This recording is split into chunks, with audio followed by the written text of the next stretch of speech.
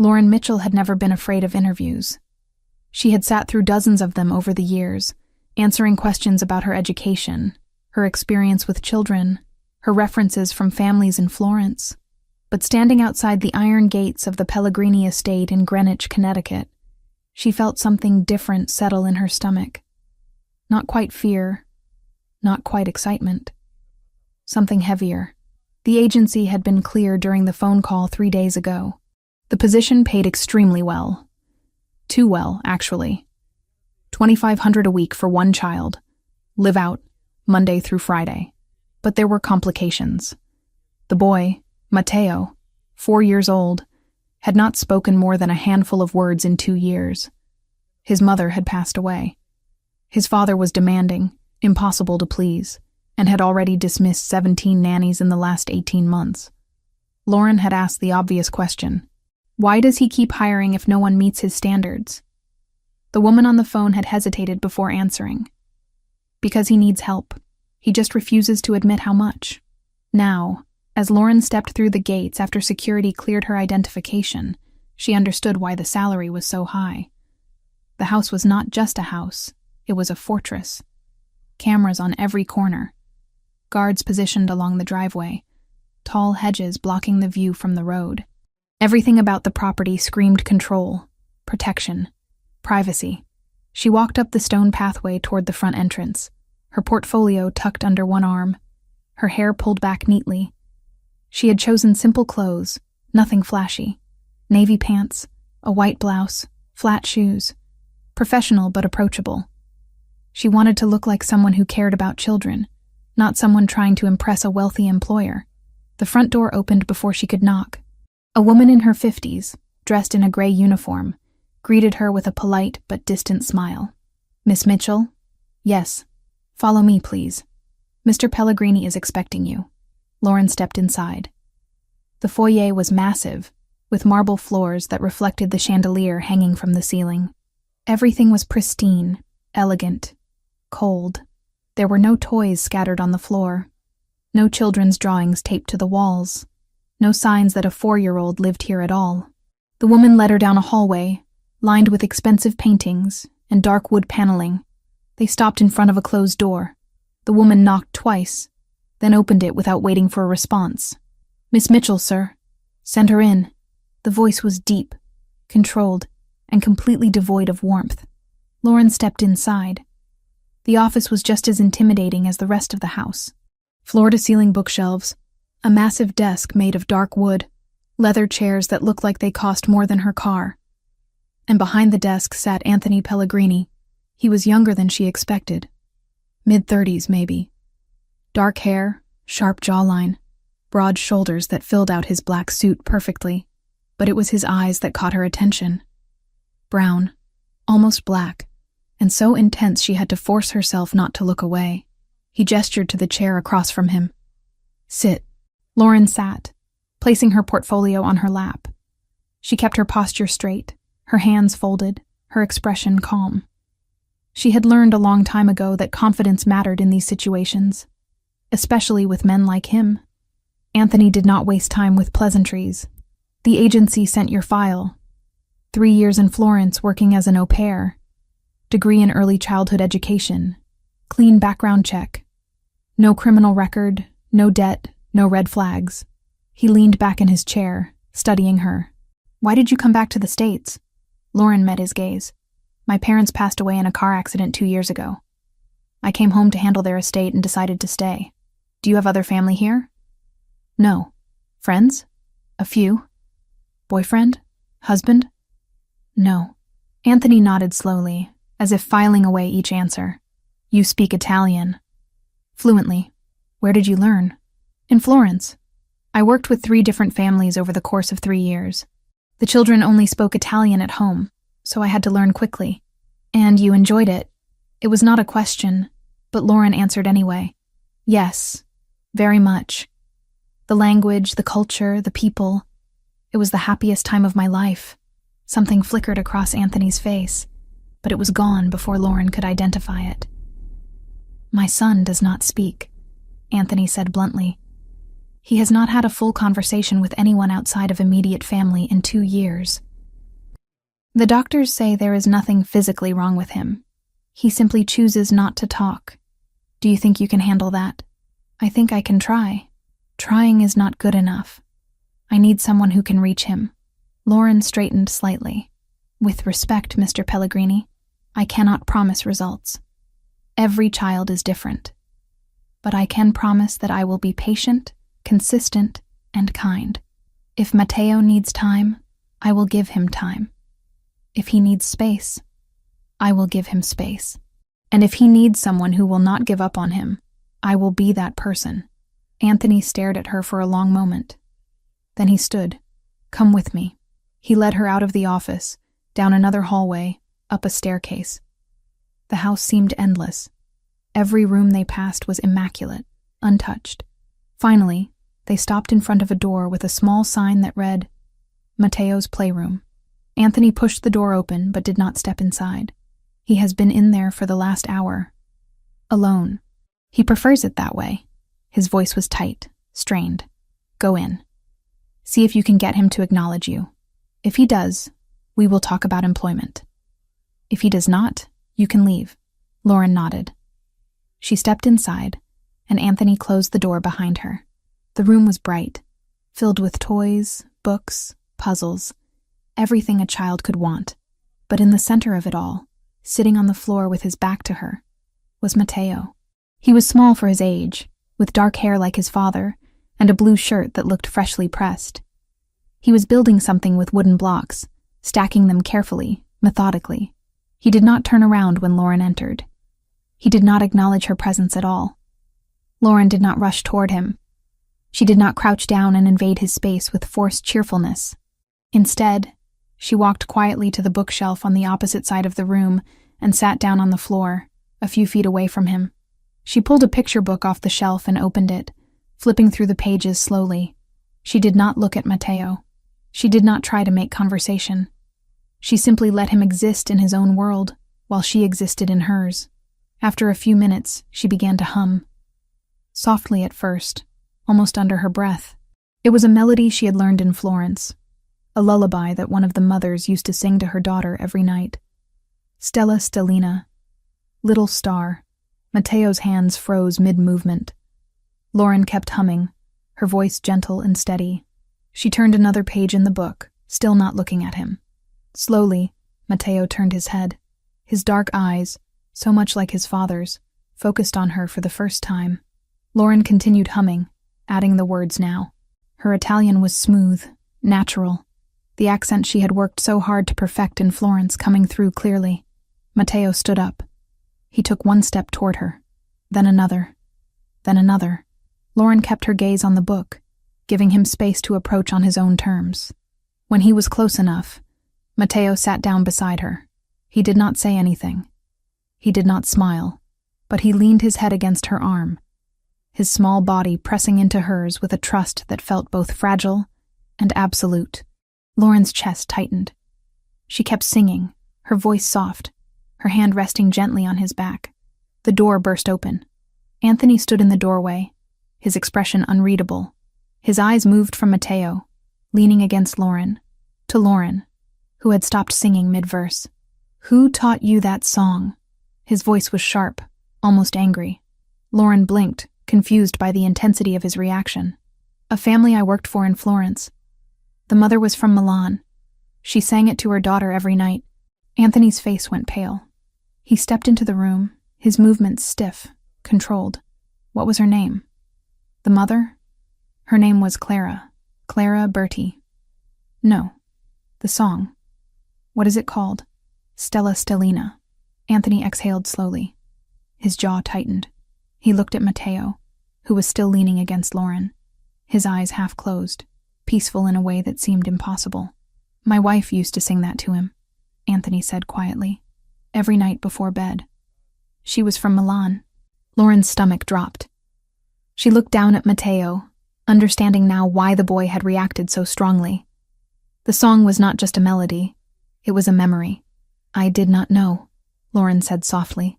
I am so sorry. Do not apologize. Anthony's voice was firm, though his expression had softened slightly. You just did something 17 other people could not do. You reached him. He crossed the room and knelt beside Matteo. The boy lifted his head from Lauren's arm and looked at his father. For a moment, they simply stared at each other.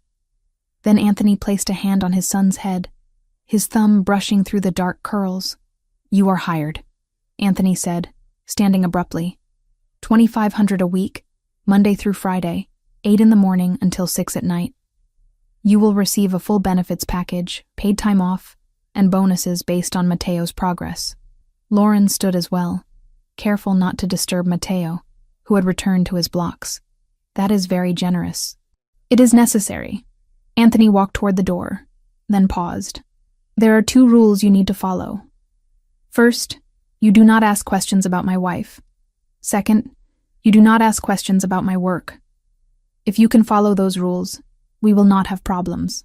Lauren nodded slowly. "I understand." Anthony studied her for a long moment, as if trying to determine whether she truly did. Then he turned and left the room without another word. Lauren stood there, watching Matteo stack his blocks, and she felt the weight of what she had just agreed to settle over her shoulders. This was not just a job.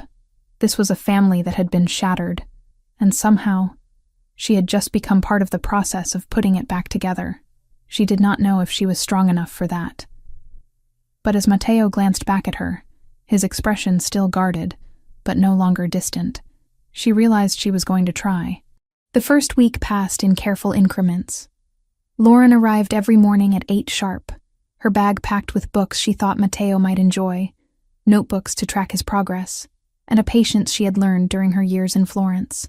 The mansion felt different in daylight, less like a fortress, and more like a carefully constructed puzzle where every piece had been placed with intention. Matteo did not speak. Not on Monday, not on Tuesday, not by the end of the week. But he began to respond in other ways. A nod when Lauren asked if he wanted juice.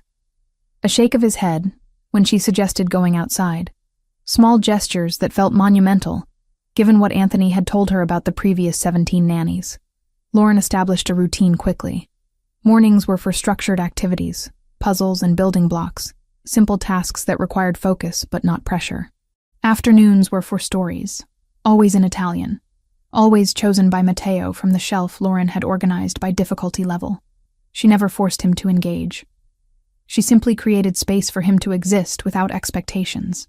Every evening before she left, Lauren wrote detailed notes in a leather journal Anthony had provided. She documented everything. What Matteo ate, how long he played independently, whether he made eye contact, how many times he responded physically to questions. She left the journal on the kitchen counter each night before heading home to her small apartment in Stamford. What Lauren did not know, could not have known, was that Anthony read every word. He came downstairs long after Matteo was asleep, after the house had gone quiet except for the security team making their rounds. He sat at the kitchen table with a glass of whiskey he rarely finished, and read Lauren's careful observations with an attention he gave to few things outside of business. On Thursday of the first week, he wrote a single sentence at the bottom of her entry. "Continue like this." Lauren found it Friday morning. The handwriting was sharp, precise, controlled. She traced her finger over the words and felt something shift. Not gratitude exactly, but acknowledgement. Anthony Pellegrini noticed her work. That mattered more than it probably should have. By the second week, Matteo began whispering. Single words in Italian, so quiet Lauren had to lean closer to hear them. "Si," when she asked if he liked the story. "No," when she suggested putting away his favorite toy. His voice was soft, hesitant, like he was testing whether speaking would break something fragile inside him. Lauren celebrated each word privately, keeping her reactions measured so she would not overwhelm him. But inside, her chest swelled with something close to pride. This child, who had been silent for 2 years, was finding his voice again. Slowly, carefully, but undeniably. The house itself revealed details Lauren had not noticed during the interview. Cameras in every room, small and discreet but unmistakable once you knew to look for them. Men in dark suits who appeared in hallways without making sound, their eyes constantly scanning, assessing. Doors that locked with codes instead of keys. Windows that did not open all the way. Lauren did not ask questions. Anthony had been clear about that boundary. But she noticed, and noticing made her wonder what kind of danger required this level of protection. One night during the second week, Lauren stayed late to finish a puzzle with Mateo. It was nearly 8 when she finally packed her bag and headed downstairs. The house was darker at this hour, quieter. She was halfway to the front door when she heard Anthony's voice coming from his office. He was speaking Italian. Fast, clipped, angry. Lauren slowed her steps. She should have kept walking, should have minded her own business. But the tone in his voice, the sharp edge of warning, made her pause near the partially open door. "Tell the Russians the port is non-negotiable," Anthony said. "I do not care what leverage they think they have. That territory stays mine." A pause. Then his voice dropped lower, more dangerous. "If they push harder, they will learn exactly why no one challenges me twice." Lauren's pulse spiked. She moved away from the door quickly, her footsteps silent on the marble floor. Russians, territory, leverage. The words circled in her mind as she left the mansion and drove home through the dark Connecticut streets. She did not mention it the next day, or the day after that. She focused on Mateo, on the routines they had built, on the slow progress that felt more valuable than any answer Anthony might have given her. The third week brought a breakthrough. Mateo was sitting at the kitchen table, drawing with crayons while Lauren prepared his afternoon snack. He finished his juice box and set it down carefully, then looked up at her. "Lauren," he said clearly, "posso avere ancora un po' di latte?" Lauren froze, the glass in her hand suspended mid-air. It was a full sentence. Subject, verb, object. In Italian. And Lauren understood every word. "Can I have more milk?" She set the glass down and filled it with milk, her hands steady despite the emotion rising in her throat. "Of course you can," she said, keeping her voice normal. Easy. Mateo took the glass and drank, as if he had not just accomplished something extraordinary. Lauren heard footsteps behind her. She turned and found Anthony standing in the doorway. He must have been nearby, must have heard. His expression was carefully controlled, but his eyes betrayed him. Emotion flickered there, raw and unguarded for just a moment, before he locked it away again. "Good," Anthony said, his voice rougher than usual. "That is very good, Mateo." Mateo looked at his father and smiled. A small smile, barely there, but real. Anthony nodded once and left the kitchen without another word.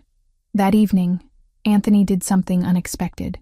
When Lauren brought Mateo downstairs after his bath, freshly dressed in pajamas and smelling like lavender soap, Anthony was waiting in the dining room. "You will eat dinner with us tonight," he said. Not an invitation, a statement. Lauren hesitated. "I usually eat at home. Tonight you eat here." The table was set for 3. Lauren sat across from Mateo with Anthony at the head. The meal was simple but elegant. Pasta with vegetables, bread that smelled like it had been baked that afternoon, water in crystal glasses. They ate in silence at first. Then Anthony began asking questions. "How long have you lived in Stamford?" 2 years, Lauren answered. "I moved there after my parents passed. Do you like it?" "It is fine. Close enough to work. Affordable. You have family nearby?" "No. My parents were only children. No aunts, uncles, cousins. That must be lonely." Lauren met his eyes. "Sometimes?" Anthony nodded slowly, as if cataloging her answer alongside all the other information he had gathered about her. "I have a friend visiting this weekend," Lauren said, surprising herself. "Samantha. We met in college. She teaches 3rd grade in Brooklyn." Anthony's entire demeanor changed. His shoulders tensed, his jaw tightened. "What day is she visiting?" "Saturday. Just for the afternoon." "Where did you meet her?" "I told you. College. We were roommates freshman year. How often do you see her?" Lauren frowned. "Once a month, maybe." "Why does it matter?" Anthony set down his fork. "Anyone who comes near you or Mateo matters. I need to know who she is. She is my best friend. She is not a threat. I will decide that." Lauren felt heat rise in her chest. "Excuse me?" Anthony did not flinch. "I will have someone verify her background. Standard procedure." "Standard procedure?" Lauren's voice rose slightly. "You want to run a background check on my friend?" "Yes. Without asking me first? I am telling you now. Lauren stared at him, anger mixing with disbelief. That is invasive and unnecessary. That is how I keep my son safe. From a third-grade teacher in Brooklyn? Anthony leaned forward. From anyone who has not been properly vetted. Lauren stood abruptly. Mateo looked between them, his eyes wide. She forced herself to sit back down, to soften her expression for the boy's sake. I need to put Mateo to bed, she said quietly. Anthony nodded. We will discuss this later. Later came after Mateo was asleep, after Lauren had sung Stella Stellina and watched his eyes drift closed, after she had tucked the blanket around his small body and turned on the nightlight shaped like a moon. She found Anthony in the hallway outside Mateo's room, leaning against the wall with his arms crossed. I need to understand something, Lauren said, keeping her voice low. Why is security so extreme here? Cameras, guards, background checks on elementary school teachers. What exactly are you protecting Mateo from? Anthony's expression hardened. You agreed not to ask questions about my work. This is not about your work. This is about my life, my privacy, my friends. Your friends become part of this house when they visit. That makes them my concern. Lauren stepped closer. You cannot control everything. I can try. His voice was cold, final. Why? She pushed. What happened that made you this afraid? For a moment, Anthony said nothing. Then his eyes softened, just enough for her to see the pain beneath the ice. Because I already lost people for not being careful enough, he said quietly. And I will not make that mistake again. The raw honesty in his voice stopped her anger cold. She saw it then, the weight he carried, the fear that lived underneath all the control and protection. I am sorry, Lauren said. For whatever you lost. Anthony straightened. The wall's going back up. Mateo asked for you tonight. When I put him to bed before, he asked if you would be there. Lauren's throat tightened. What did you say? I said you were downstairs, that you would be back tomorrow. He paused. He has not asked for anyone in 2 years, not even me. The confession hung between them, vulnerable and devastating. I will be here tomorrow, Lauren said softly, and every day after that. Anthony nodded once.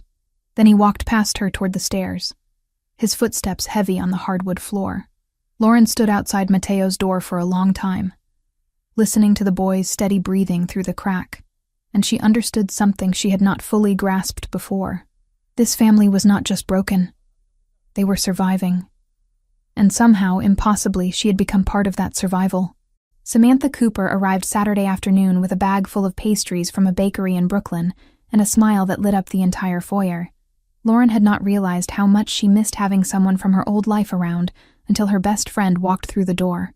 This place is insane, Samantha whispered, as they walked through the mansion toward the back garden. You did not tell me it was a literal castle. It is not a castle, Lauren said, though she understood what Samantha meant. The house had a presence that went beyond architecture. Does he have a moat too? Knights in armor? Lauren laughed. Stop. They found Mateo in the garden, crouched near a row of flowers, examining a ladybug crawling across a leaf. When he saw Lauren, his face brightened immediately. Lauren, look, he said in Italian, pointing at the insect. Samantha's eyebrows shot up. He talks? Sometimes, Lauren answered. We are working on it. Mateo approached them slowly, his curiosity overcoming his usual shyness. Lauren knelt down to his level. Mateo, this is my friend Samantha. She is very nice. Hi, Mateo, Samantha said gently. Mateo studied her for a moment, then looked back at Lauren. Can she play with us? If she wants to. I would love to, Samantha said. They spent the afternoon in the garden. Mateo showed them his favorite hiding spots, the tree he liked to sit under, the rocks he collected and lined up by size. He laughed when Samantha pretended to lose at hide and seek, a genuine, bright sound that Lauren had never heard from him before. From his office window on the second floor, Anthony watched them.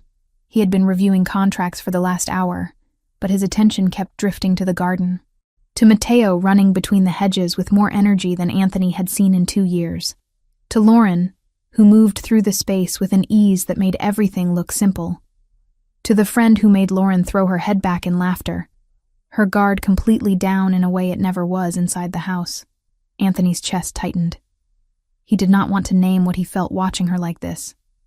Naming it would make it real, and real meant complicated, and complicated meant dangerous. He forced himself back to the contracts. By evening, after Samantha had left with promises to visit again soon, Lauren noticed the shift in atmosphere. Mateo was more animated during dinner, talking about the ladybug and the game they played, his words coming faster and with less hesitation. Anthony listened, nodding in the right places, but his expression was distant, preoccupied. Samantha said something funny today, Lauren mentioned as she helped Mateo with his pasta. Anthony looked up. What did she say? That an overprotective, mysterious boss is a romance novel cliché. Lauren smiled. I told her she watches too much television. Anthony's jaw tensed. And what did she say to that? That I should be careful anyway. Lauren met his eyes. I told her there was nothing to be careful about. Something flickered across Anthony's face, too quick for Lauren to catch. After dinner, Lauren took Mateo upstairs for his bath and bedtime routine. She sang Stella Stellina while he drifted off, his small hand wrapped around her finger. When his breathing evened out, she carefully extracted her hand and stood, turning off the main light and leaving only the moon-shaped nightlight glowing softly. She was halfway down the hallway when she heard it. A scream, high-pitched, terrified, coming from Mateo's room. Lauren spun around and ran back, her heart slamming against her ribs. She pushed the door open and found Mateo sitting up in bed, his face twisted in fear, tears streaming down his cheeks. He was shouting in Italian, the words tumbling over each other in panic. No, no, leave her alone. Mama! The bad men are taking Mama. Lauren rushed to him, but Anthony was already there. She had not heard him come up the stairs, had not seen him in the hallway, but he was beside the bed, frozen. His face was pale. His hands were shaking. His eyes were wide, locked on his son with an expression that looked like pure horror. Anthony, Lauren said. He did not respond. He just stood there, paralyzed, as Mateo continued screaming. Lauren made a decision. She moved past Anthony and sat on the edge of the bed, pulling Mateo into her arms. The boy clung to her immediately, his small body trembling violently. Shh, you are safe, Lauren whispered, rocking him gently. No one is going to hurt you. You are home. You are with me. She began singing, soft and low, the same lullaby she always sang. Stella Stellina. Her voice was steady even though her pulse was racing. Mateo's screams faded to sobs, then to hiccups, then to quiet whimpers.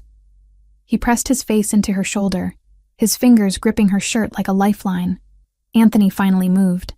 He sank into the chair beside the bed, his elbows on his knees, his head in his hands. Lauren had never seen him like this. The powerful, controlled man who ran an empire was completely shattered. After what felt like an eternity, Mateo's breathing evened out. He fell back asleep in Lauren's arms, exhausted from the nightmare. She carefully laid him back down, tucked the blanket around him and stroked his hair until she was certain he would not wake again. When she finally stood, Anthony was still sitting in the chair, staring at nothing. Anthony, Lauren said quietly. He looked up at her. His eyes were red-rimmed, raw. He never spoke about that night before, he whispered. Not once in 2 years. I thought he had forgotten. Lauren's throat tightened. Come on, let me make you tea. I do not need tea. You need something. She led him out of the room, leaving the door cracked so they could hear if Mateo called out again. They went downstairs to the kitchen. Lauren filled the kettle and set it on the stove, then opened cabinets until she found mugs and tea bags. Anthony sat at the kitchen table, his posture rigid, his hands still trembling slightly. You do not have to carry everything alone, Lauren said as she poured hot water over the tea. Not with me. That was all it took. Something inside Anthony broke. He exhaled sharply, the sound almost like a sob he refused to release. Her name was Bianca, he said. My wife. She was from Milan. We met when I was there for business, married 6 months later. She was everything light and warm and good about the world. His voice cracked. 2 years ago, she was killed during what the police called a robbery. Wrong place, wrong time, they said. But I know better. Lauren set the tea in front of him and sat down across the table. She did not interrupt. She just listened. It was not random, Anthony continued. It was a message. A rival organization testing my defenses, seeing if they could hurt me by targeting someone I loved. They succeeded. He gripped the mug so hard his knuckles turned white. Mateo was with her. He saw part of what happened. The police found him hiding in a closet. Silent, unharmed physically, but destroyed in every other way. Lauren felt tears sting her eyes, but she blinked them away. Since that night, I have focused on two things, Anthony said. Security and revenge. I built walls around everything, hired more guards, installed more cameras, made sure no one could get close to us again. And I made sure the people responsible suffered. He looked up at her. But in doing all of that, I neglected the one person who needed me most. I could not go into his room without seeing Bianca tucking him in. I could not read him stories without hearing her voice. I could not be the father he needed because every time I tried, I relived the night I lost her. Lauren reached across the table and placed her hand over his. You did the best you could. My best was not good enough. Your best kept him alive, kept him safe. That matters. Anthony stared at their hands, his expression tortured. He is 4 years old, and he has nightmares about watching his mother die. How do I fix that? You cannot fix it, Lauren said gently. But you can be there when he wakes up scared. You can hold him. You can remind him that he is not alone. I froze tonight. I saw him screaming, and I could not move, because it hurt, because it brought everything back. Lauren squeezed his hand. But you were there. That is what counts.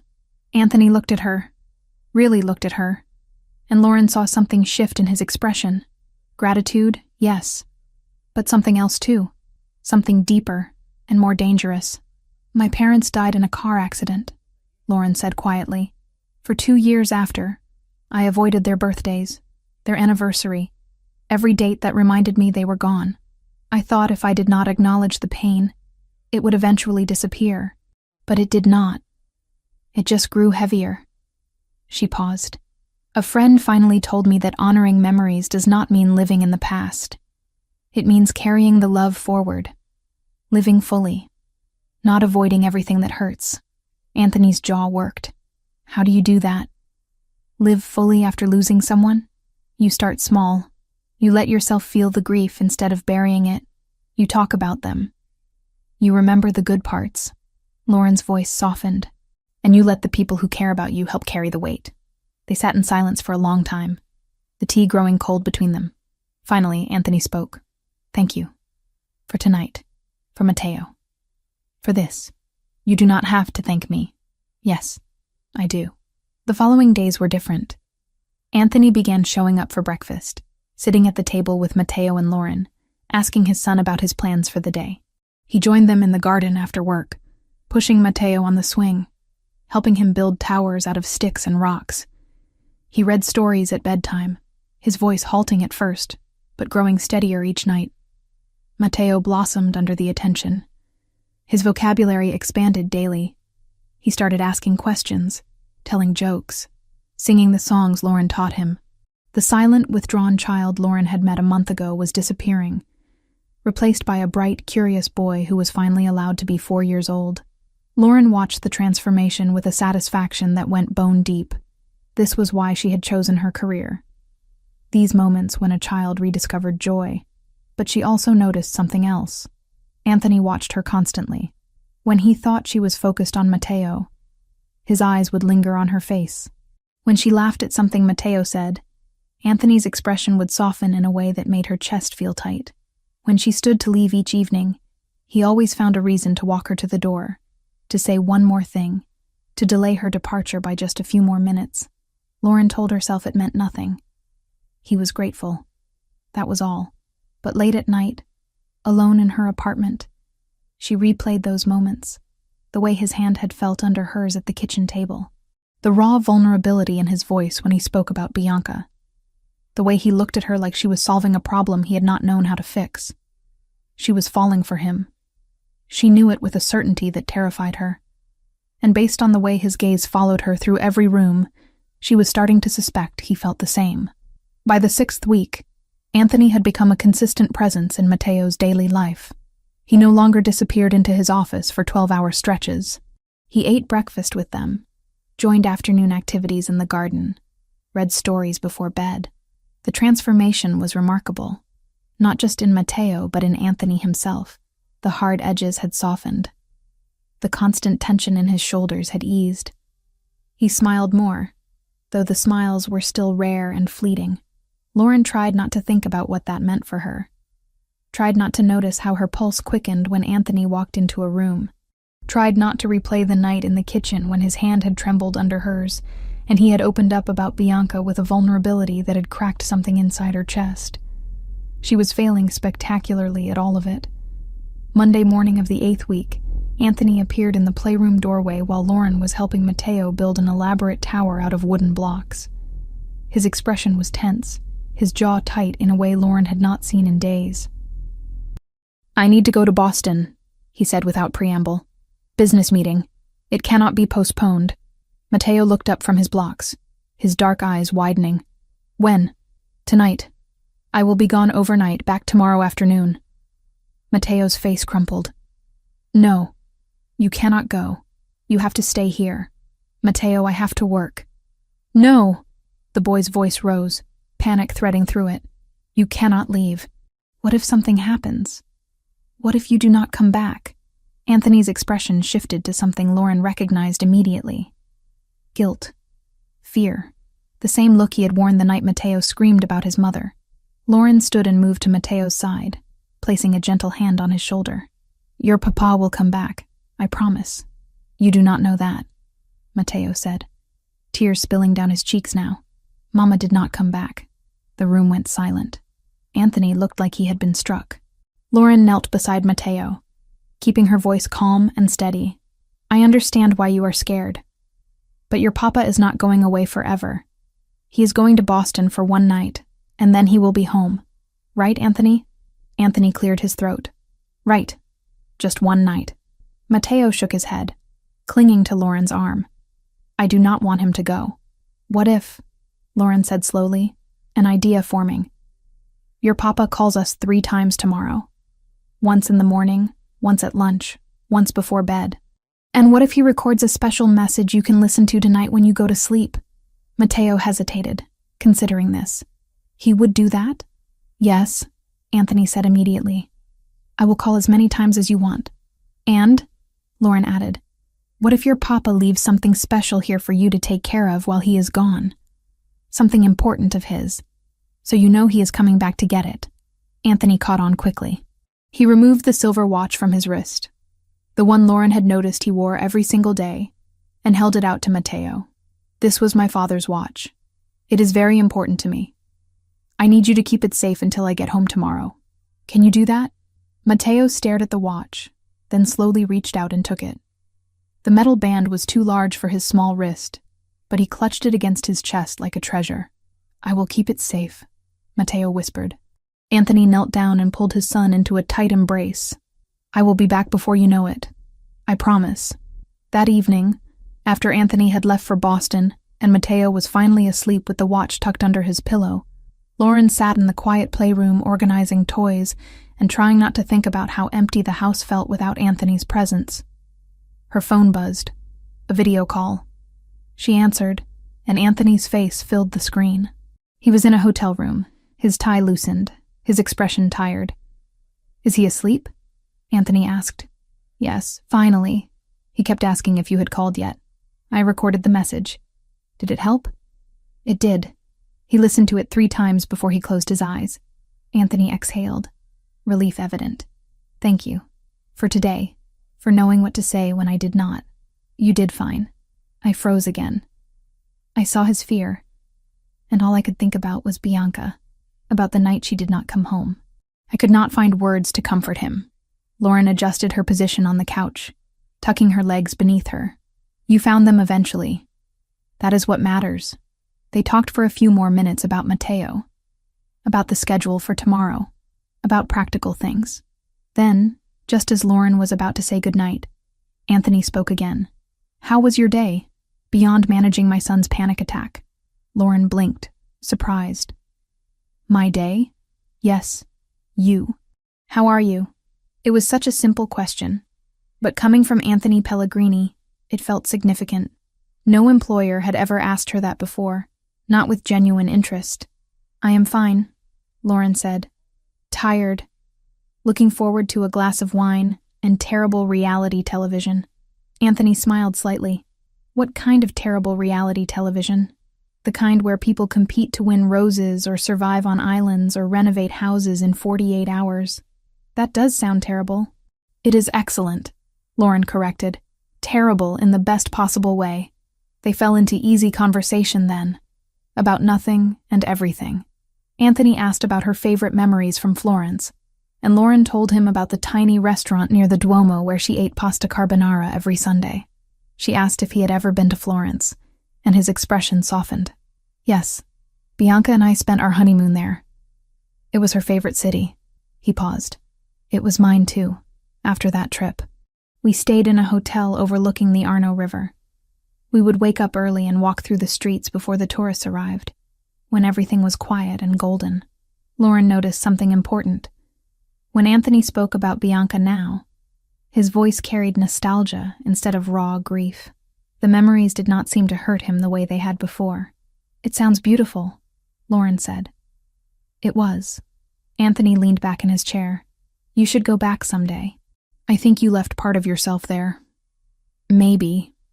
Someday. They talked for over an hour. About Italian art. About the galleries Lauren used to visit. About books they had both read and disagreed about. Anthony mentioned a rare collection of Italian poetry he had seen at an auction last year, and Lauren admitted she had wanted to buy a specific volume from that collection, but could never afford it. When they finally said goodnight, Lauren sat alone in the dark playroom for a long time, her phone still warm in her hand, and she knew with absolute certainty that she was in trouble. This was not just attraction anymore. This was deeper, more dangerous. She was falling for a man she could not have, in a situation that could never work. Anthony returned the next afternoon exactly when he promised. Matteo ran to him the moment he walked through the door, and Anthony scooped him up, holding him close while Matteo chattered in Italian about everything he had done while his father was away. And I kept your watch safe, Matteo said proudly, pulling it from his pocket. Just like I promised. Thank you, Anthony said, fastening it back on his wrist. Then he looked over Matteo's head at Lauren. Thank you. She nodded, trying to ignore the way her heart stuttered when their eyes met. That evening, after Matteo was in bed, Anthony found Lauren in the library. She was curling up in one of the leather chairs with a book when he knocked on the open door. Do you have a minute? He asked. Of course. He walked in carrying a small package wrapped in brown paper. I picked this up in Boston. For you. Lauren set down her book and took the package, confused. She unwrapped it carefully and stopped breathing. It was the poetry book, the exact volume she had mentioned wanting during their call last night. A first edition, leather-bound, probably worth more than several months of her salary. Anthony, I cannot accept this. It is too much. You mentioned it once, on our call last night in passing. You probably do not even remember. But I did. He shoved his hands in his pockets. You spend all your time making sure Matteo has what he needs, making sure I have what I need. You should have things that make you happy too. Lauren stared at the book, her throat tight with emotion she could not name. Thank you. This is incredibly thoughtful. You are welcome. He should have left then. The conversation was over, the gift given. But he did not move. Neither did Lauren. The library felt smaller suddenly, more intimate. The lamp on the side table cast warm light across Anthony's face, softening the hard lines, making him look less like the dangerous man everyone feared, and more like someone exhausted and lonely and trying his best. The trip went well? Lauren asked, just to fill the silence. Yes. Negotiations were successful. Good. More silence. Heavier this time. Lauren noticed details she should not have been noticing. The way Anthony's shirt fit across his shoulders. The faint shadow of stubble on his jaw. The way his eyes kept moving to her lips before jerking away. I should let you get back to your book, Anthony said. Right. Yes. He turned to leave, then stopped. Lauren, Yes? Last night, talking with you. It was the best part of my day. Before she could respond, he was gone. The 9th week started with roses. The gardener, a young man in his 20s named David who had worked at the estate for 6 months, cornered Lauren in the garden while she was supervising Mateo's playtime. Miss Mitchell, can I ask your opinion on something? David gestured to the rose bushes along the south wall. I am thinking about adding some new varieties. You mentioned once that you liked gardens. What colors do you think would look best here? Lauren glanced at the roses, then back at Mateo, who was occupied with his trucks. Maybe some pale pink? Or cream. Something softer than the red. Cream roses. I like that. David smiled at her, friendly and open. You have good taste. My girlfriend always says I am terrible at color combinations.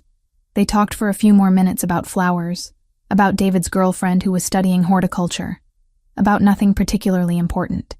It was a pleasant, easy conversation. Lauren did not notice Anthony watching from his office window. Did not see the way his jaw clenched when David laughed at something she said. Did not see him pull out his phone and make a call that lasted less than 30 seconds. 2 days later, David was gone. Lauren found out when she asked one of the housekeepers where he was, needing to ask about watering schedules for the vegetable garden she and Mateo had planted. Mr. Pellegrini transferred him to the property in Westchester, the housekeeper said. Effective immediately. Why? The woman shrugged. I do not ask questions about Mr. Pellegrini's decisions. Lauren's hands curled into fists. She marched directly to Anthony's office and knocked once before pushing the door open without waiting for permission. Anthony looked up from his laptop, surprised. Lauren, you fired David. I transferred him. There is a difference. Why? The Westchester property needed additional landscaping staff. It made sense to move him there. Lauren stepped further into the office, closing the door behind her. That is not true. You transferred him because he talked to me. Anthony's expression went carefully blank. That is a significant leap in logic. Is it? Because this is the second staff member you have moved away from me in the last month. First the previous gardener, now David. I run an estate with multiple properties. Staff transfers happen. Not like this. Not overnight without warning. Lauren crossed her arms. This is about control. You cannot stand the idea of anyone getting close to me. That is not what this is. Then what is it, Anthony? Explain it to me. He stood abruptly, his chair scraping against the floor. You want the truth? Fine. I did not like how he looked at you. I did not like how comfortable you seemed talking to him. I did not like any of it, and I made sure it would not continue. Lauren stared at him, shocked by the blunt admission. You transferred him because you were jealous? Yes. No hesitation. No attempt to soften it. That is completely inappropriate. I know. You cannot control who I talk to. I can control who works on my property. This is not about property management. This is about something else entirely. Anthony moved around the desk, closing the distance between them. His eyes were dark, intense, burning with something that made Lauren's breath catch. You are right, he said quietly. This is about something else. The air between them felt electric. Dangerous? Lauren knew she should step back, should leave, should do anything except stand there watching him come closer. Anthony, his name came out barely above a whisper. Tell me you do not feel it too, he said. Tell me I am imagining the way you look at me. Tell me last night when we talked for an hour about nothing important, you were not thinking the same things I was thinking. Lauren's heart slammed against her ribs. What were you thinking? He stopped inches from her, close enough that she could feel the heat radiating off his body. That I have never wanted anyone the way I want you. That every time you smile, I forget what I am supposed to be doing. That watching you with my son makes me believe in things I thought I lost 2 years ago. Anthony, we cannot. I know. You are my employer. I take care of Mateo. If we cross this line, everything gets complicated. I know that too. Then why are we still standing here? His jaw clenched. Because I cannot make myself walk away from you. Lauren felt her resolve crumbling. She lifted her hand, intending to push him back, to create space. Instead, her fingers brushed against his chest, feeling his heart pounding beneath the fabric of his shirt. Anthony inhaled sharply. His hand came up to cover hers, pressing her palm flat against him. Lauren. Her name sounded like a prayer. They were a breath apart. One move, one moment of weakness, and everything would change. Anthony pulled back abruptly, running both hands through his hair. This cannot happen. I will not do this to you. I will not ruin the only stable thing in Mateo's life because I cannot control my own feelings. Lauren felt the rejection like a physical blow, even though she knew he was right. Okay. You should go. Okay. She walked to the door on shaking legs. Her hand was on the knob when Anthony spoke again. For what it is worth. If things were different, if you were not Mateo's nanny, if I were a different man, I would not have hesitated. Lauren looked back at him. He stood in the middle of his office, looking more lost than she had ever seen him. I know, she said softly. Then she left. The following days were torture. They avoided being alone in the same room, kept conversations focused strictly on Mateo, maintained professional distance, even when every cell in Lauren's body screamed at her to close the gap between them. Mateo noticed. Children always did. He became clingy with Lauren, following her from room to room, asking repeatedly if she was leaving, if she would be back tomorrow, if she promised to stay. His progress, so remarkable over the past weeks, stalled. He spoke less, played less, watched Lauren with anxious eyes. Lauren's heart broke a little more each day. Not just for herself, but for this small boy who had already lost so much and now sensed something else slipping away. She did not know how to fix this, did not know if it could be fixed. All she knew was that falling in love with Anthony Pellegrini had been inevitable. And now, they were all paying the price for it. The 10th week started with a photograph. Lauren found it on Wednesday afternoon, tucked inside a plain white envelope that had been placed in the mailbox near the front gate. She and Mateo had just returned from their daily walk around the property grounds when she noticed it, her name written in blocky letters across the front. No return address. No stamp. Someone had hand-delivered it. The mailbox sat outside the inner gates, at the edge of the drive where delivery vans and strangers could reach it without ever crossing into the estate itself. It was meant to keep the public out, but it also meant anyone bold enough could leave something behind with a few seconds of nerve and luck. Her fingers trembled slightly as she opened it, while Mateo ran ahead toward the house, calling out to one of the guards about a butterfly he had seen. Inside was a single photograph. Lauren stared at it, her blood running cold. It was her and Mateo, from last week, at the public park 3 miles from the estate where they had gone to feed the ducks. The photo had been taken from a distance, but both of their faces were clearly visible. Mateo was laughing, holding breadcrumbs. Lauren was crouched beside him, smiling. Beneath the photo, words had been cut from newspaper and glued to the paper in that classic ransom note style that felt absurd and terrifying at the same time. People close to Pellegrini do not live very long. Lauren's hands shook so badly the paper rustled. Her breath came too fast, her vision tunneling. Someone had been watching them, following them, close enough to take this picture without her noticing, close enough to hurt Mateo. Lauren. Mateo called from the front steps. Are you coming? She forced her voice to work. Yes, sweetheart. Go inside. I will be right there. The moment Mateo disappeared through the door, Lauren ran, not away from the house, but toward it. She took the stairs 2 at a time, the envelope clutched in her fist, her pulse hammering in her ears. She found Anthony in his office on a phone call, his expression focused. He looked up when she burst through the door without knocking, irritation flashing across his face before he registered her expression. I will call you back, he said into the phone and hung up immediately. What happened? Lauren crossed the room and dropped the envelope on his desk. This was in the mailbox. Someone put it there. Anthony pulled out the photograph and the message. For 3 seconds, he was completely still. Then his entire demeanor changed. The temperature in the room seemed to drop 10 degrees. He picked up his phone and made a call. Ethan, get to my office now. We have a situation. He hung up and looked at Lauren. Sit down. I do not want to sit down. Sit down. It was not a request. Lauren sat, her legs suddenly weak. Ethan Blake appeared in the doorway less than a minute later, his expression alert. Boss? Anthony handed him the envelope. Someone delivered this to the property. I want the security footage from the last 24 hours reviewed immediately. I want to know who got close enough to put this in our mailbox without being stopped. I want every guard who was on duty brought in for questioning. And I want lockdown procedures activated effective immediately. Yes, sir. Ethan studied the photograph, his jaw tightening. Russians. Most likely. I will handle it. Ethan left. Anthony turned to Lauren, his eyes scanning her face, her hands as if checking for injuries. Did you see anyone suspicious when you found this? No, it was just there.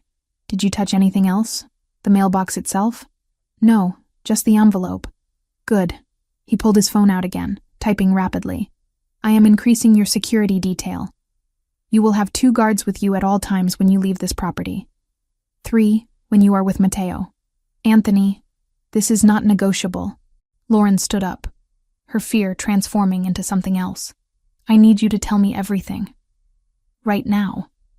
No more vague explanations about business or security protocols. If someone is threatening me, if Mateo is in danger, I need to know exactly what I am dealing with. Anthony looked at her for a long moment.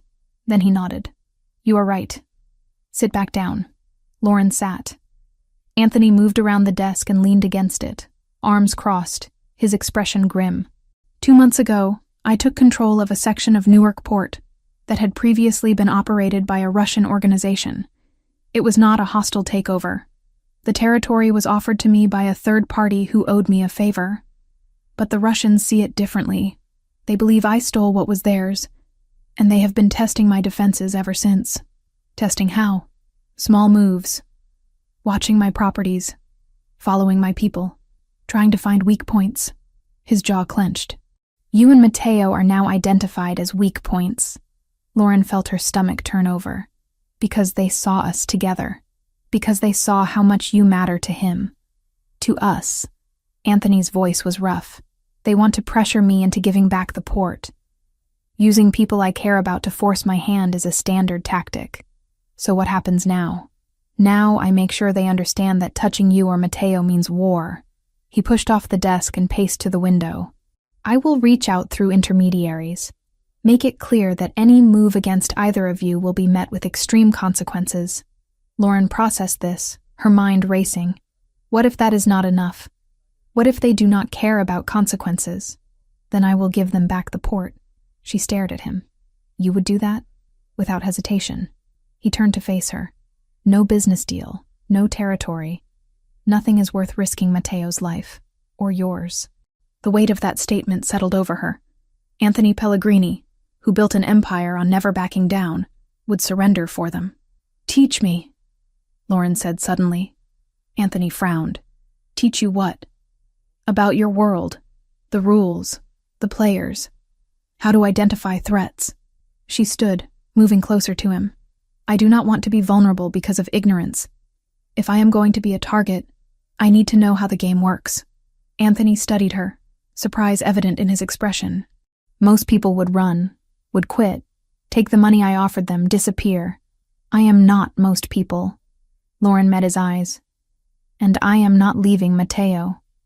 So teach me how to survive this. He nodded slowly. All right. Over the next several days, Anthony educated Lauren on things she had never wanted to know. He explained the hierarchy of organized crime families in the Northeast, described territories, alliances, long-standing feuds, taught her to recognize different types of surveillance, how to spot a tail, what behaviors indicated a genuine threat versus intimidation tactics. Lauren absorbed everything, asked intelligent questions, took mental notes. She learned that the Russians were led by a man named Dmitry Volkov, that they operated primarily out of Brighton Beach, that their reputation was built on brutality and unpredictability. She learned that Anthony's organization, while involved in illegal activities, operated under a strict code. No drugs, no trafficking, no harming civilians unnecessarily.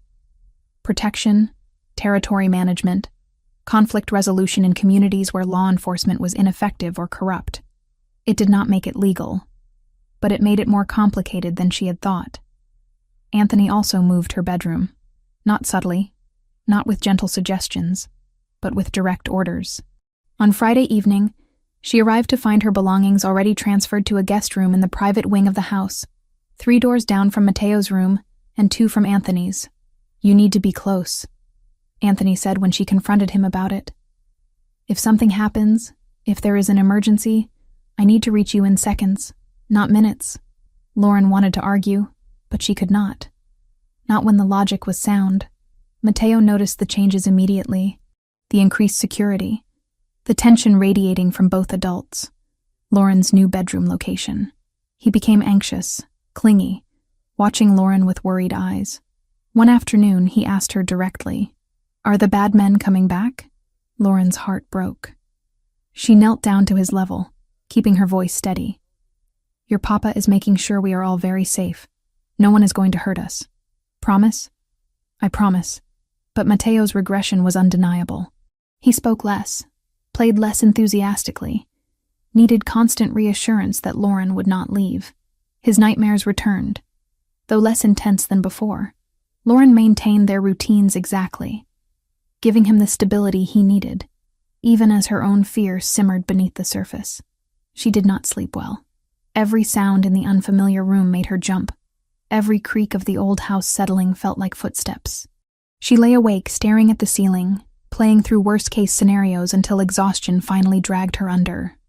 Tuesday night of the 11th week, after a particularly difficult day where Mateo had refused to let Lauren out of his sight for more than 5 minutes, Lauren finally got him to bed. She sang Stella Stellina 3 times before his eyes closed, his small hand wrapped around hers. She carefully extracted herself and stepped into the hallway, closing the door softly behind her. The panic hit without warning. Her chest tightened. Her breath came in short, sharp gasps. The walls felt too close. The photograph flashed in her mind, Mateo's face so clear in that image, so vulnerable. Lauren pressed her back against the wall and tried to breathe. In through the nose, out through the mouth, the breathing technique she had learned years ago. It was not working. "Lauren." She looked up.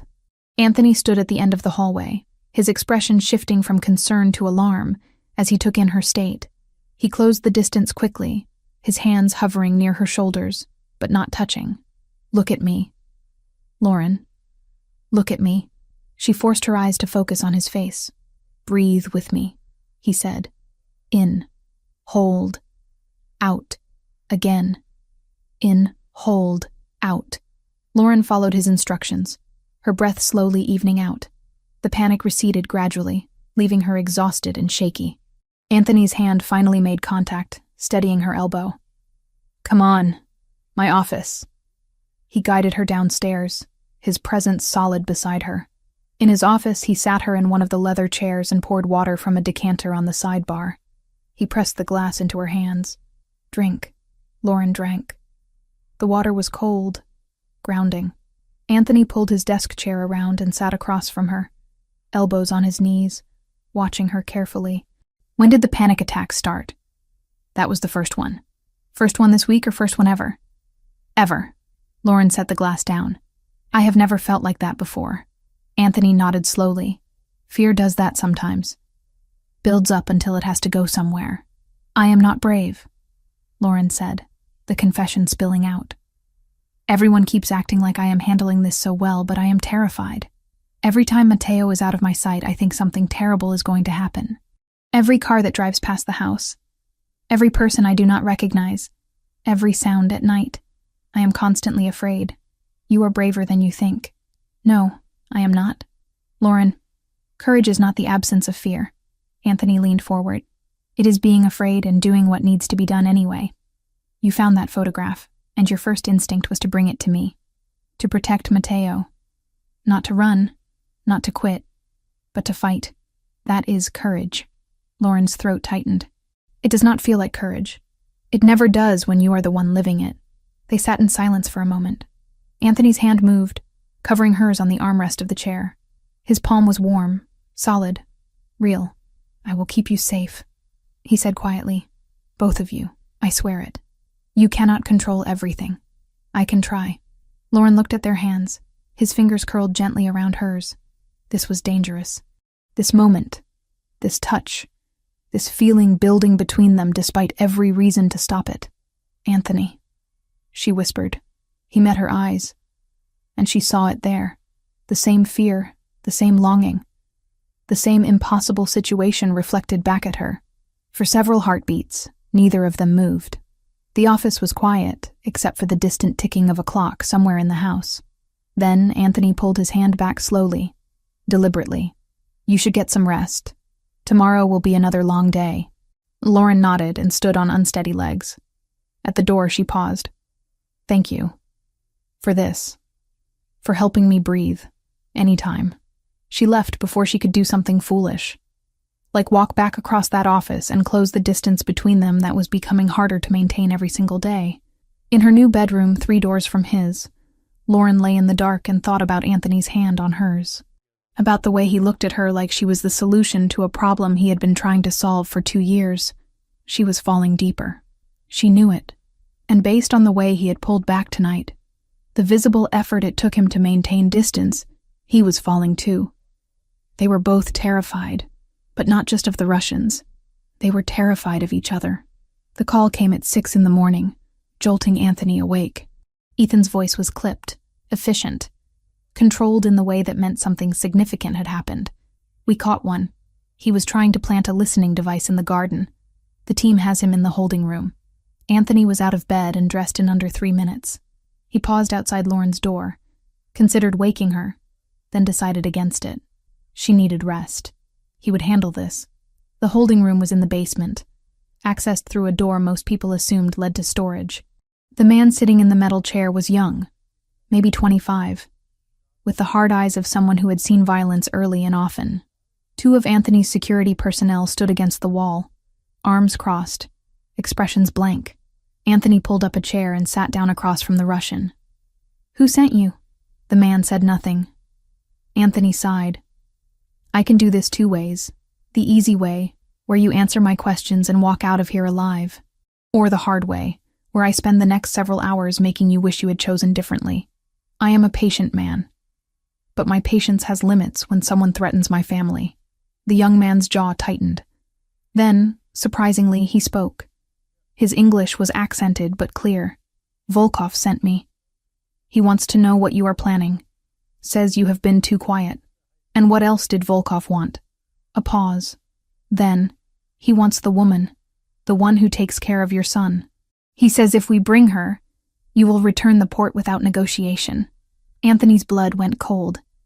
His hands, resting on his knees, curled into fists. If you had succeeded in taking her, you would already be dead. You understand that, correct? The man nodded. Good. Here is what you are going to do. You are going to contact Volkov and tell him I want a meeting. Neutral territory. Just him and me and our respective security. No tricks, no ambushes. A conversation between professionals.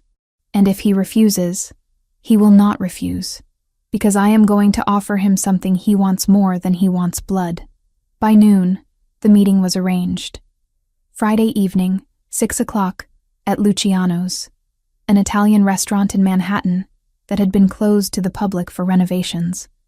Neutral ground that neither organization controlled. Anthony stood in front of the bathroom mirror knotting his tie for the 3rd time. His hands were steady, but his mind was racing. Everything about this meeting was a risk. Bringing Lauren was an even greater risk. But Volkov had been explicit in his demands. He wanted to see her, to confirm she was not an undercover agent, to verify that Anthony's protection of her was genuinely personal and not strategic. A knock on his bedroom door. Come in. Lauren stepped inside, and Anthony's breath caught despite the circumstances. She wore burgundy pants with a matching blazer, simple but elegant. Her hair was down, falling over her shoulders in soft waves. She looked confident, composed. Nothing like the terrified woman who had shown him the photograph 10 days ago. Ethan said you wanted to see me before we left, Lauren said. Yes. Anthony gestured to the sitting area near the window. Sit, please. Lauren sat on the edge of the leather sofa, hands folded in her lap. Anthony sat across from her in the matching chair. This meeting tonight, he began. Volkov is going to ask you questions. Personal questions. Questions designed to make you uncomfortable, or to test whether you are telling the truth? What kind of questions? About our relationship, about why you are here, about whether you are working for someone else. Anthony leaned forward. I need you to answer honestly. Do not try to protect me or make things sound better than they are. Men like Volkov can smell lies from across a room. Just tell him the truth. Lauren nodded. I can do that. If at any point you feel unsafe, if anything happens that makes you want to leave, you signal me. Any signal. Touch your hair, clear your throat, anything. I will get you out immediately. Anthony, I trust you. Those 4 words landed like a blow. Anthony looked at her, at the calm certainty in her expression, and he felt something inside his chest crack open. I do not know if you should, he said quietly. Well, I do anyway. The restaurant was in Tribeca, a neighborhood that balanced old New York charm with modern wealth. Luciano's occupied a corner building with large windows that had been covered with brown paper from the inside, blocking any view in or out. Anthony's car pulled up first. Ethan exited, scanned the street, then opened the door for Anthony and Lauren. 3 additional SUVs flanked them, security personnel emerging in coordinated precision. Inside, the restaurant was dim despite the overhead lights. Tables had been pushed to the sides, leaving the center of the space open, except for one table set with 2 chairs facing each other. The smell of garlic and tomatoes lingered in the air from the kitchen, evidence that someone had been cooking recently. Dmitry Volkov was already there, standing near the bar with 2 large men in dark suits. He was in his 50s, tall, broad-shouldered, with silver hair and cold gray eyes. When he saw Anthony and Lauren enter, his expression shifted to something resembling amusement. Pellegrini, Volkov said, his accent thick. You actually brought her. I did not think you would. You made it a condition of the meeting, Anthony replied. I honor conditions. Volkov's gaze moved to Lauren, assessing her from head to toe in a way that made Anthony's jaw clench. So this is the woman who has made you so protective. Come closer. Let me see you. Lauren stepped forward without hesitation. Anthony wanted to reach out, to keep her behind him, but he forced himself to stay still. Volkov circled her slowly, like a predator evaluating prey. What is your name? Lauren Mitchell. How long have you worked for Pellegrini? Almost 3 months. And what exactly do you do for him? I take care of his son. Matteo. Just the son? Volkov's smile was sharp. Nothing else? Lauren met his eyes directly. I teach Matteo Italian. I help him with his development. I make sure he is safe and happy. That is my job. But you are more than an employee now, yes? Volkov glanced at Anthony. Otherwise you would not be here. I care about Matteo very much, Lauren said carefully. And about his father. Volkov laughed, a harsh sound that echoed through the empty restaurant. She is honest. I like her. He turned to Anthony. She is not a spy. I can see that much. Your weakness is genuine. Anthony's hands curled into fists. Can we sit down and discuss terms? Yes. Let us negotiate. They sat at the central table, Anthony and Volkov facing each other, while Lauren was directed to a chair several feet away, flanked by Ethan on one side and one of Volkov's men on the other. The positioning was deliberate. She was close enough to hear, but far enough to feel like a hostage. You want the port back? Anthony said without preamble. I am willing to return operational control. Volkov raised an eyebrow. Just like that? No fight? I do not need the port. It was offered to me as payment for a separate debt. I accepted because it was good business, but it is not worth starting a war over. And yet you held on to it for 2 months, because I do not respond well to threats. But now you have made your intentions clear. You want to use my family to force my hand. So I am removing that option by giving you what you want. Volkov leaned back in his chair, studying Anthony. What assurances do I have that you will not just take it back once I stop watching? You have my word, and you have a contract, which my attorney will draw up tonight, transferring all rights and operational control back to your organization. Anthony's voice hardened. In exchange, you leave my family alone, permanently. No more surveillance, no more threats, no more tests. My son and everyone connected to him are off limits. Including her? Volkov nodded toward Lauren. Especially her. Volkov considered this, his expression unreadable. Then he smiled. You know, Pellegrini, I always respected you. You are smart, you are ruthless when necessary, but you are not needlessly cruel. This is why I agreed to meet. Then we have an agreement?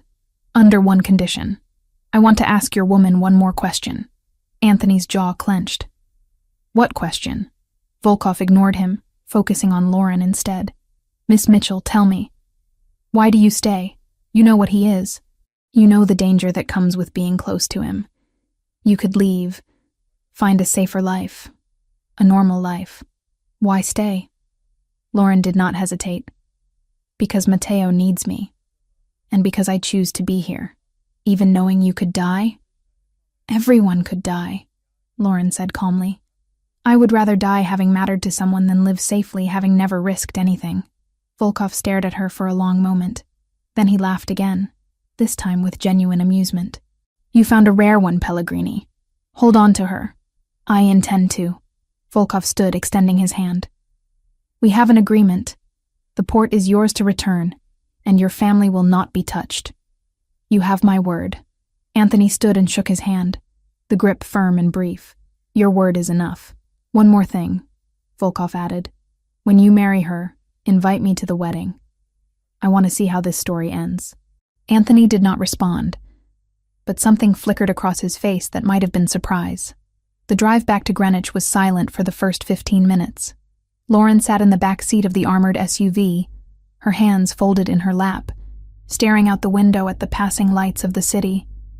Anthony sat beside her, jaw tight, shoulders tense, radiating barely controlled emotion. Finally, Lauren spoke. Did I say something wrong? Did I compromise the negotiation?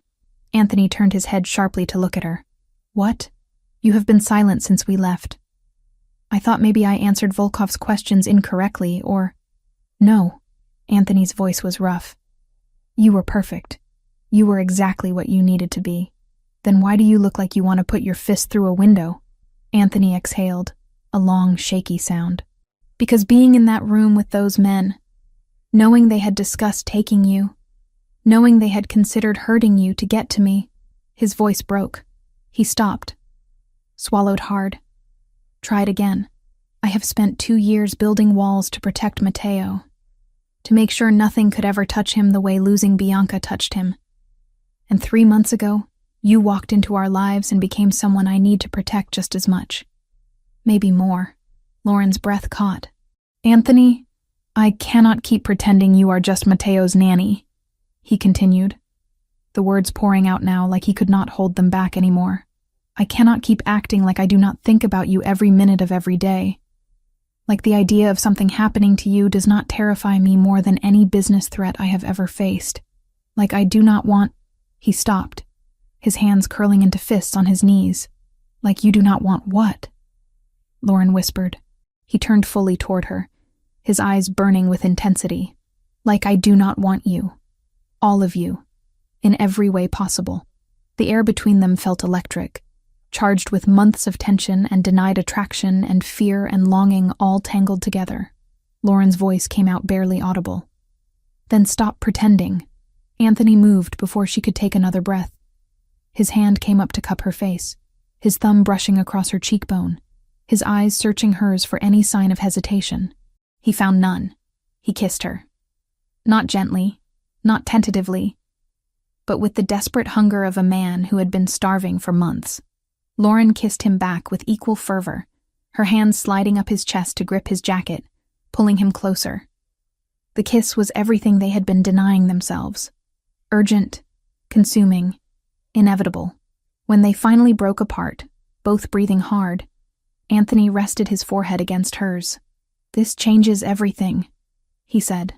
I know. There is no going back from this. I do not want to go back.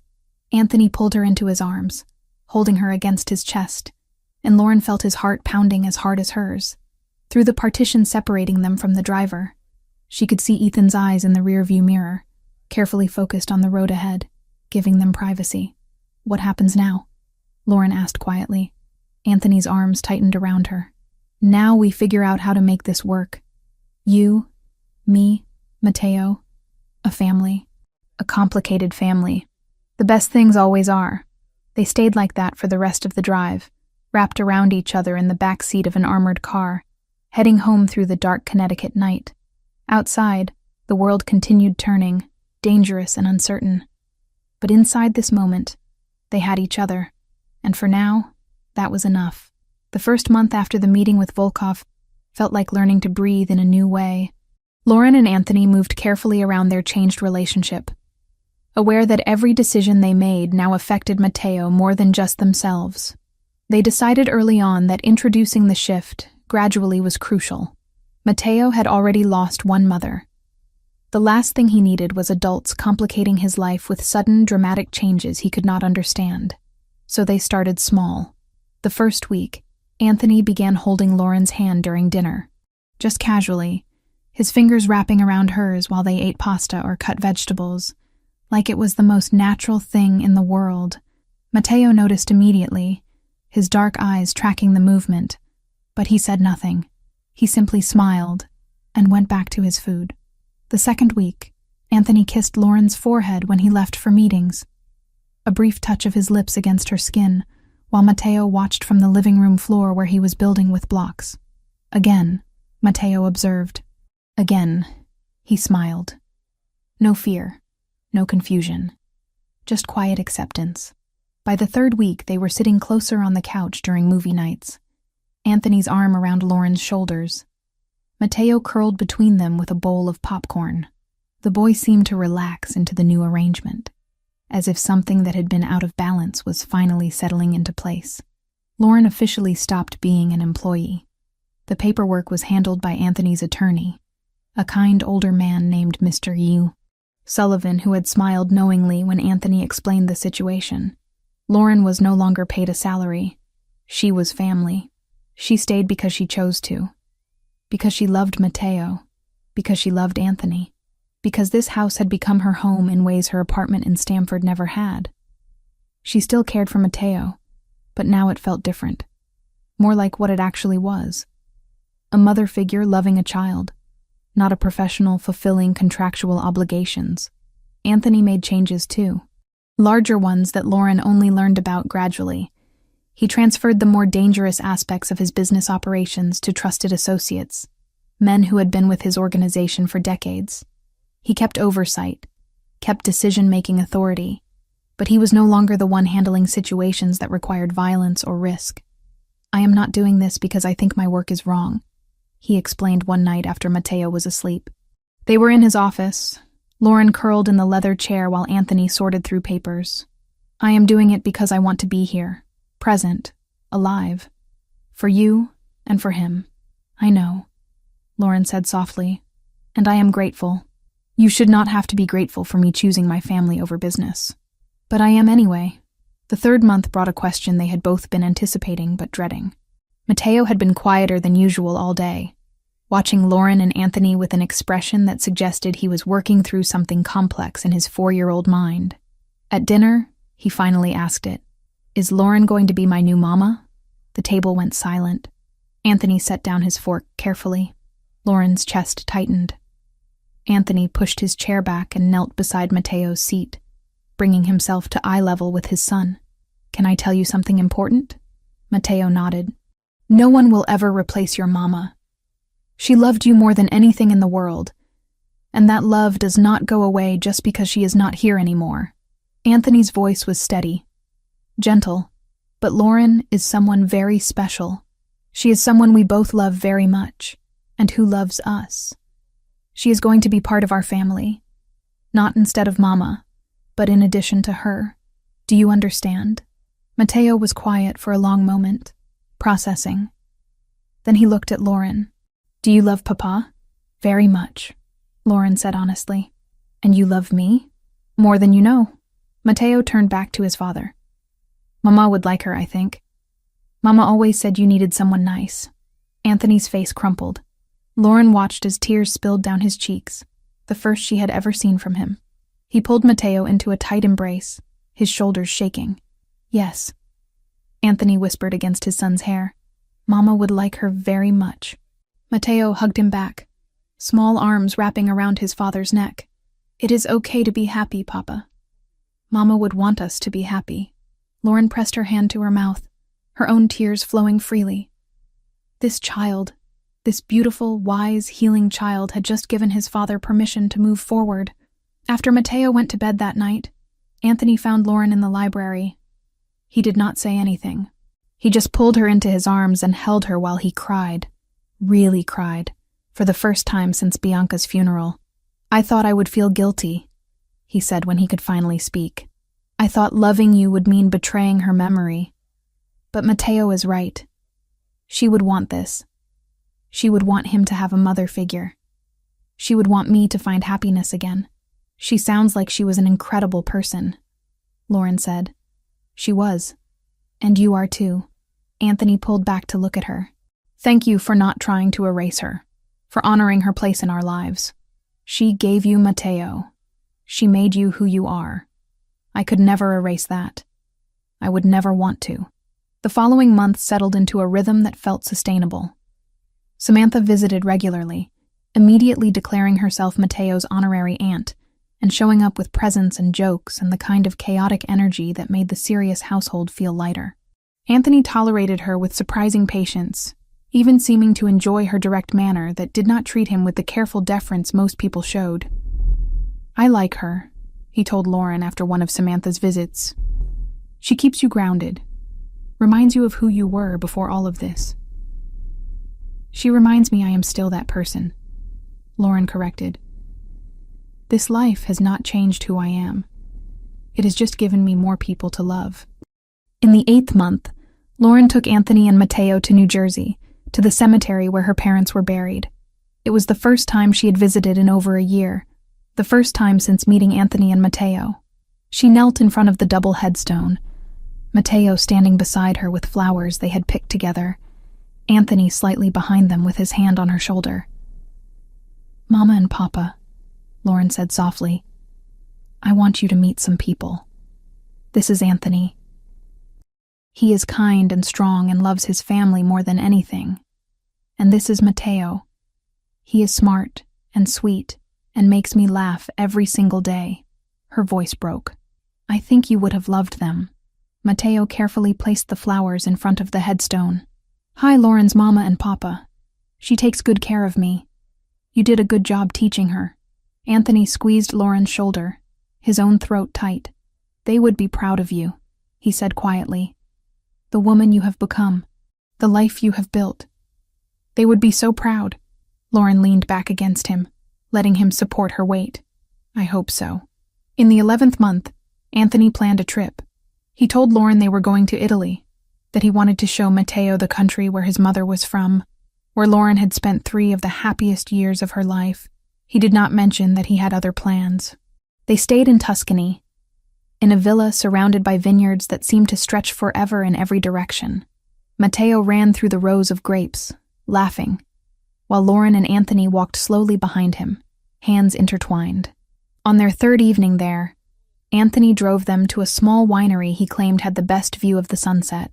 They walked up the hill as the sky turned orange and gold, Mateo between them, holding both their hands.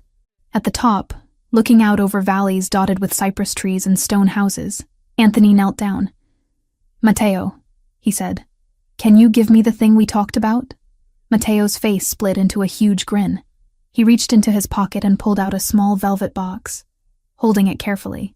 Anthony took it, then looked up at Lauren, whose hand had flown to her mouth in shock. Lauren Mitchell, Anthony said, his voice steady despite the emotion in his eyes. 3 months ago, you walked into my house for a job interview. You sang to my son. You brought light back into our lives. You taught me that loving again does not mean forgetting. That family can be built, not just born. He opened the box, revealing a ring. Not a new ring, a redesigned ring, the center stone from Bianca's original engagement ring, but reset with new, smaller stones surrounding it. This was Bianca's. Her family helped me redesign it, not to replace her, but to honor the fact that love continues, that her love led to you. Will you marry me? Will you be Mateo's mother and my wife? Lauren was crying too hard to speak. She nodded frantically, and Mateo cheered, jumping up and down. Anthony stood and slipped the ring onto her finger, then kissed her as the sun set behind them, painting the entire valley in shades of rose and amber. "I am going to have a mama again," Mateo said happily. "A real one." "You always had a real one," Lauren said, kneeling to hug him. "But now you have two, one in heaven watching over you, and one here who loves you with her whole heart." The wedding happened 2 months later, in January, at the mansion in Greenwich. It was small, intimate. Only the people who truly mattered. Samantha stood as Lauren's maid of honor, crying through the entire ceremony. Ethan stood beside Anthony, his normally stoic expression softening when the vows began. Mateo was the ring-bearer, carrying the bands on a small silk pillow with such seriousness that several guests had to hide their smiles. He wore a tiny suit that matched his father's, his hair combed neatly, his face glowing with pride. The ceremony took place in the garden where Lauren and Mateo had spent so many afternoons. White chairs arranged in neat rows, flowers everywhere. String lights hung between the trees, ready to illuminate everything once the sun set. Lauren wore a simple ivory dress, elegant but not elaborate, with her hair down the way Anthony loved it. She walked down the makeshift aisle alone, having no father to give her away, but not feeling alone at all. Not with Samantha grinning at her from the front row. Not with Mateo standing beside Anthony bouncing on his toes with excitement. Not with Anthony watching her approach like she was the answer to every prayer he had ever whispered. The vows were personal, written by them, not from any standard ceremony. Lauren spoke first, her voice clear. "Anthony, you taught me that family is not about perfection. It is about showing up, about trying, about loving through fear and pain and uncertainty. Mateo, you taught me that healing is possible, that joy can return even after darkness. I promise to love you both with everything I have. I promise to honor the memory of Bianca, to make sure Mateo always knows his mother's love. I promise to build a life with you both that would make her proud." Anthony's voice was rougher when he spoke. "Lauren, you brought us back to life. You gave Mateo his voice and gave me permission to be happy again. I promise to protect you, to support you, to love you for all of my days. I promise to be the father Mateo deserves, and the husband you deserve. I promise that our family will always come first." When they exchanged rings, Mateo handed them over with exaggerated care, and when the officiant pronounced them married, Mateo cheered louder than anyone. At the reception, held in the mansion's ballroom, Lauren stood at the front with Anthony and Mateo on either side of her, and she sang, "Stella Stellina," the song that had started everything. Her voice filled the room, soft and clear. Anthony joined in, his deeper voice harmonizing with hers. Then Mateo, his young voice bright and joyful. The guests fell silent, watching as this newly formed family sang together, their voices blending into something beautiful and whole. When the song ended, there was not a dry eye in the room. Later, as the sun set and the lights came on and people danced and laughed, Lauren stood in the garden watching it all. Samantha was dancing with Ethan, making him smile despite his attempts to stay professional. The guards who had become familiar faces over the past few months were actually relaxing, eating cake, talking with other guests. Even the housekeeper, Teresa, was laughing at something someone had said. Anthony found her there, wrapped his arms around her from behind. "What are you thinking about? About how much has changed in just a few months? About how I almost did not take this job because it scared me. I am glad you did. Me too." Mateo ran up to them, his suit jacket abandoned somewhere, his tie hanging loose. "Papa, Lauren, come dance with me." They followed him back inside, the three of them dancing in a small circle while music played and friends celebrated around them. Mateo was talking animatedly about something, switching between English and Italian without noticing, his hands gesturing wildly the way Italian children did. "You know what I want?" Mateo said suddenly. "What?" Lauren asked, smiling down at him. "A baby brother. Or a sister. I am not picky." Anthony and Lauren looked at each other over his head, surprise and amusement in both their eyes. "Well," Anthony said slowly, "that is something we can discuss." "Good. Because I think Mama would want me to be a big brother. I would be very good at it." Lauren laughed, pulling him into a hug. "Yes, you would be. That night, after all the guests had left and Mateo was finally asleep, exhausted from excitement, Lauren and Anthony stood in their bedroom, the one they would now share, and looked at each other. "Are you happy?" Anthony asked. "Happier than I ever thought possible," Lauren answered honestly. "You?" "Yes." He pulled her close. "I never thought I would have this again. A family, love, a future that feels worth living. We have all of that now. We built it together." Through the window, they could see the garden where they had gotten married, the lights still twinkling in the darkness. Somewhere in the house, Mateo slept peacefully, his nightmares mostly gone, his voice strong and sure, his heart healing day by day. Lauren thought about the scared woman who had walked into this mansion only a few months ago for a job interview. That woman had been alone, grieving her parents, wondering if she would ever find a place where she truly belonged. Now she was home. She had found a child who needed her, a man who loved her, a family that was messy and complicated and absolutely perfect. And it had all started with a simple Italian lullaby sung to a frightened little boy who just needed someone to see him. Stella Stellina, little star. Sometimes the smallest moments change everything.